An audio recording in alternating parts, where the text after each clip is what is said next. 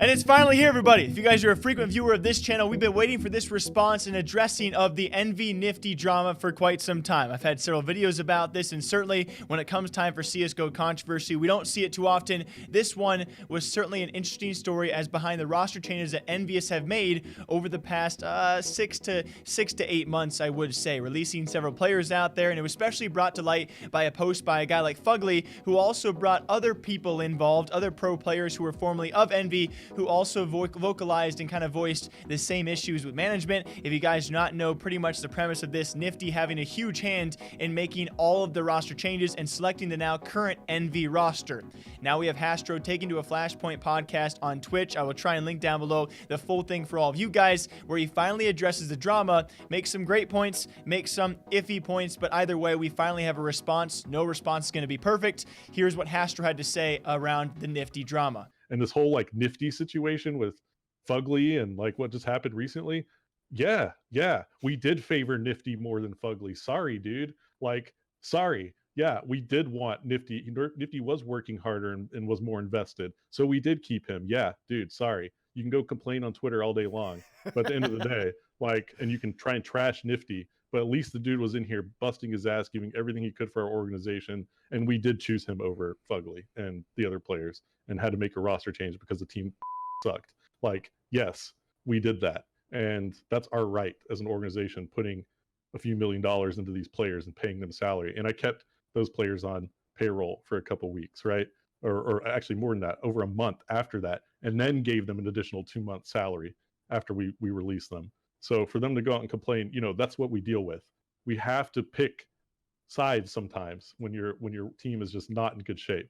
So that's the reality of it. Sorry, guys. Like, if you want to keep your job, then give us something extra. You know, give us something that shows that we're going to be improving and make progress. And if we don't get that, we're going to make a decision to keep the players we feel comfortable with moving forward. So I have a little thing to say on that angle, especially specifically the Nifty Fugly bit, which is that's an example of where people get caught up in the soap opera part of esports, but they forget both the business reality and, more importantly, what happens inside the server. Because the angle on that I never got as well was, I get that the way that Fugly presented it made it sound like he was really mistreated and all that sorts. But at the end of the day, mate, I can go now on your HLTV page and it's all red. You're terrible. You're a really bad player. So it's like, really, if we get down to brass tacks, all he's really debating is, but I want him to be fired in a nicer way. It's like, well, that's bull. Like, I get it that you might have wanted someone to tell you in a different way, but but that's not what the fans took from it. The fans took from it like, oh, it's so unfair. Like, why was he fired? Like you said, like maybe he could be in the next team. It's like, yeah, it was a period where they were deciding who they were going to take. So exactly. How they dealt with it, you might not like. We took a month to kind of figure it out. And as Hastro says here, it's not like they did completely. They gave him money for doing nothing. He got like months of salary for not playing the game. Yeah, and look, man, like, Fugly's a fantastic player. He's a good guy, yeah. He's a good guy. He's a good player. He really will light up the server sometimes. But at the end of the day, we just had to make a decision, right? And yes, there were things that we could have done better in that situation as an organization, but we learned from that stuff. And I think we have a good track record of taking small mistakes and fixing them. And you know, I'm sorry it panned out that way for him, but yeah, it's a reality. We have to make changes. We're not always going to go to a player and say, hey, we're considering dropping you. And I certainly get his main arguments. I would say his two main arguments: they favored Nifty because he worked harder than anyone else. He busted his butt, as he does say. And we all knew that at the end of the day, it was actually Nifty who really can be. We're going to talk about Golden Boy's potential for an esports organization. Nifty does fit that role for a future voice and a future face for the Envy organization. So they gave him favor. Apparently, he was putting in more time, more effort, more work than other players. And beyond that, we all know Envy sucked with that previous roster. No one out there was trying to defend it. We all knew they were struggling, and so I wish he would have stuck with that point. We sucked. We had to make changes around a guy like Nifty. That's how we decided it. My main point, though, that was not addressed and probably will never be at this point in time, is there were additional issues. It was not just Fugly, right? You can make fun of his stats all you want. You can say he was lackluster during his time with Envy all you want. When it comes time to his story, though, he brought to light other pro players complaining about the same issues with the same organization in Envy, with the same player in Nifty. There were a handful of guys who then came forward and said,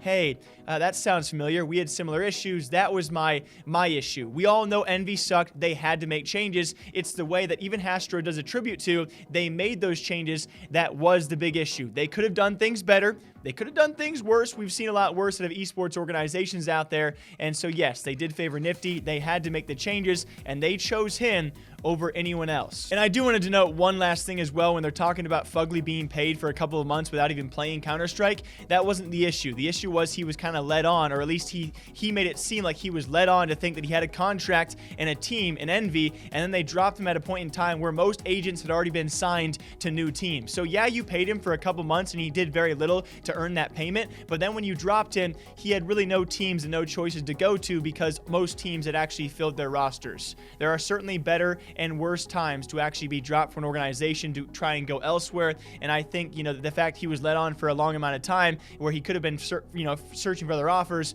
that was another big issue. Either way, every response out there is going to be critiqued. We finally do get a response, and I certainly respect that from a guy like Hastro, who I do expect to try and touch on this kind of stuff. Even though it might be controversial, we got to hear more talking points. I would say a pretty fair explanation as to why Envy made big changes, and also I will link it down below, guys, some great discussion points as to why Envy chose Flashpoint over ESO Pro League. Certainly when it comes to profitability and the long-term future of Counter-Strike, it seems like Envy had different things in mind than other esports organizations did. So it made me really curious about the future of Flashpoint compared to ESO Pro League and other leagues that ever enter CSGO. Either way, some great insights, guys, and finally addressing of the Envy Nifty drama, which we can now officially leave behind us. Woo!